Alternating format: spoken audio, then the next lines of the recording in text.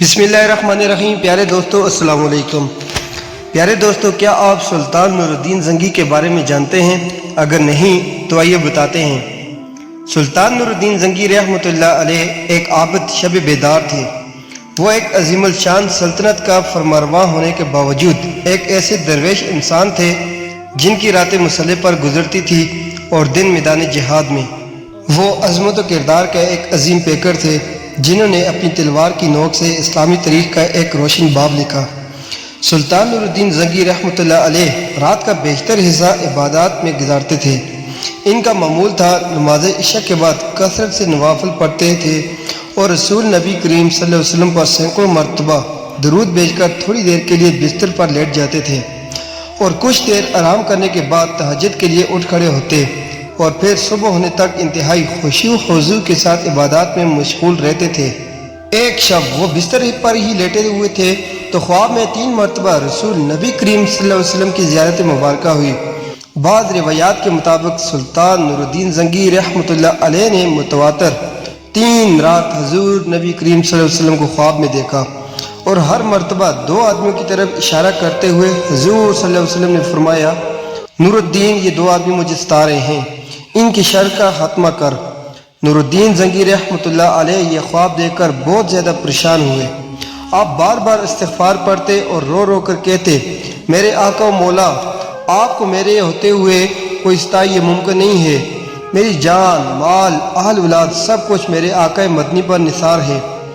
अल्लाह ताला इस दिन के लिए नूरुद्दीन ज़ंगी को ज़िंदा न रखे कि हुज़ूर सल्लल्लाहु अलैहि वसल्लम अपने इस ग़ुलाम को याद फरमाए और वो दमिश्क में आराम से बैठा रहे। नूरुद्दीन ज़ंगी रहमतुल्लाह अलैह बेचैन हो गए और इन्हें यकीन हो गया कि मदीना मुनव्वरा में ज़रूर कोई ऐसा नागहानी वाक़या हुआ है जिससे सरवर कौनैन सल्लल्लाहु अलैहि वसल्लम की रूह अक़दस को तकलीफ़ पहुँची है। ख्वाब से बेदार होते ही उन्होंने 20 अयान दौलत को साथ लिया और बहुत सा ख़जाना घोड़ों पर लिदवा कर मदीना शरीफ की तरफ रवाना हो गए हैं। अहले दमिश्क सुल्तान नूरुद्दीन ज़ंगी रहमतुल्लाह अलैह के इस अचानक सफ़र से सख्त हैरान हुए, लेकिन किसी शख्स को भी मालूम न था कि असल राज क्या है। दमिश्क से मदीना मुनव्वरा पहुँचने में आम तौर पर तो 20-25 दिन लगते थे, लेकिन सुल्तान नूरुद्दीन ज़ंगी रहमतुल्लाह अलैह ने यह फ़ासला इंतहाई तेज़ रफ्तार से तय किया और 16वें दिन मदीना मुनव्वरा जा पहुँचे। मदीना मुनव्वरा पहुँचने पर अहले मदीना भी अचानक इनकी आमद पर हैरान रह गए।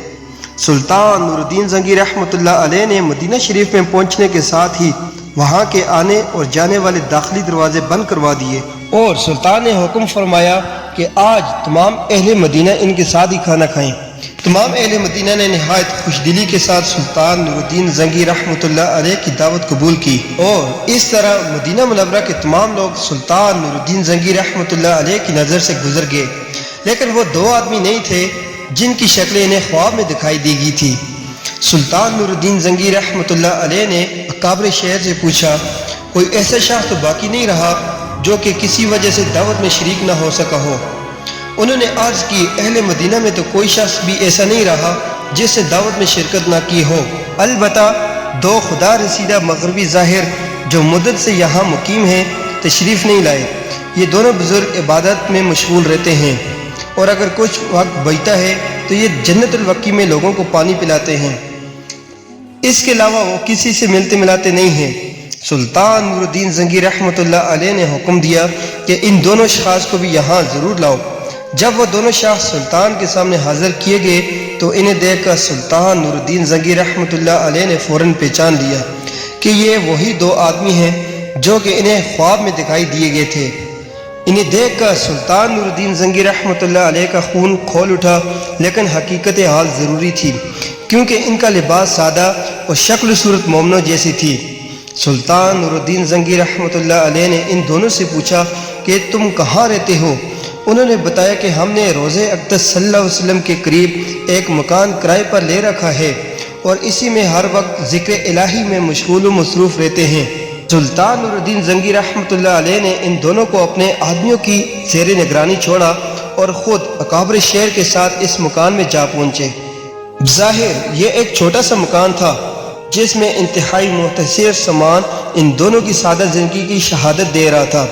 अहले शहर इन दोनों की तारीफ़ करते थे और इनमें कोई भी काबिल इतराज़ चीज़ भी नज़र नहीं आती थी। لیکن اس سب کے باوجود بھی نور الدین زنگی رحمۃ اللہ علیہ کا دل مطمئن نہیں تھا۔ انہوں نے مکان کے فرش کا جائزہ لینا شروع کیا اور اسی دوران سلطان نور الدین زنگی رحمۃ اللہ علیہ کو ایک چٹائی کے نیچے فرش ہلتا ہوا محسوس ہوا۔ سلطان نے چٹائی ہٹا کر دیکھا تو اس کے نیچے ایک چوڑی سل تھی۔ اس سل کو اپنی جگہ سے ہٹایا گیا تو سلطان یہ دیکھ کر حیرت زدہ ہو گئے اور ساتھ ہی ایک خوفناک انکشاف ہوا۔ یہ ایک سرنگ تھی جو کہ روضہ اقدس صلی اللہ علیہ وسلم کی طرف جاتی تھی۔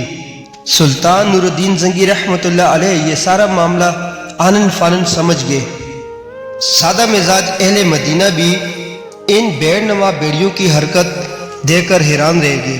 سلطان نور الدین زنگی رحمۃ اللہ علیہ اب قہر و جلال کی مجسم تصویر بن گئے اور انہوں نے ان دونوں معلولوں کو زنجیر کے ساتھ باندھ کر اپنے سامنے پیش کرنے کا حکم دیا۔ جب وہ سلطان نور الدین زنگی رحمۃ اللہ علیہ کے سامنے پیش ہوئے تو سلطان نے ان دونوں سے انتہائی غضبناک لہجے میں ہو کر پوچھا، سچ سچ بتاؤ کہ تم کون ہو اور اس ناپاک حرکت سے تمہارا کیا مقصد ہے؟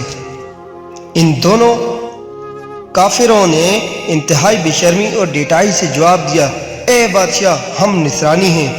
بعض روایات پہ یہ دونوں یہودی تھے اور اپنی قوم کی طرف سے تمہارے نبی کی نعش چرانے پر مامور ہوئے ہیں۔ ہمارے نزدیک اس سے بڑھ کر کوئی اور ثواب نہیں ہے، لیکن افسوس کہ اسی وقت جب ہمارا کام بہت تھوڑا باقی رہ گیا تھا تم نے ہمیں گرفتار کر لیا۔ ایک روایت میں یہ بھی آتا ہے کہ یہ سرنگ حضرت عمر رضی اللہ تعالیٰ عنہ کے جسد مبارک تک پہنچ چکی تھی کہ ان کا ایک پاؤں مبارک ننگا ہو گیا تھا۔ سلطان نور الدین زنگی رحمۃ اللہ علیہ کا پیمانہ صبر لبریز ہو گیا۔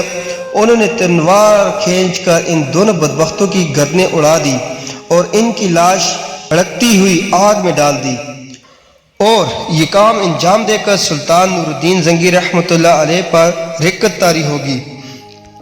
وہ مدینہ منورہ کی گلیوں میں روتے ہوئے گھومتے تھے اور کہتے تھے کہ اس خدمت کے لیے حضور صلی اللہ علیہ وسلم نے اس غلام کا انتخاب فرمایا۔ جب ذرا دل کو قرار آیا تو سلطان نور الدین زنگی رحمۃ اللہ علیہ نے حکم دیا کہ روضہ رسول صلی اللہ علیہ وسلم کے گرد ایک گہری خندق کھود دی جائے اور اسے پگھلتے ہوئے شیشے سے بھر دیا جائے۔ سلطان کے حکم کی تعمیل میں روضہ رسول صلی اللہ علیہ وسلم کے چاروں طرف اتنی گہری خندق کھود دی گئی کہ زمین سے پانی نکل آیا اور اس کے بعد اس میں شیشہ بھر دیا گیا تاکہ ظالموں کی دسترس سے ہر طرح محفوظ رہے۔ یہ شیشے کی دیوار روضہ رسول صلی اللہ علیہ وسلم کے گرد آج تک موجود ہے، اور میری دعا ہے کہ انشاءاللہ یہ دیوار قیامت تک قائم رہے گی۔ آج بھی اہل اسلام سلطان نور الدین زنگی کا نام نہایت محبت، عقیدت اور احترام سے لیتے ہیں، اور آپ کا شمار ان نفوس قدسی میں کرتے ہیں جس میں سید البشر نے خود اعتماد کا اظہار فرمایا اور سلطان نور الدین زنگی رحمۃ اللہ علیہ کے محب رسول ہونے کی تصدیق فرمائی۔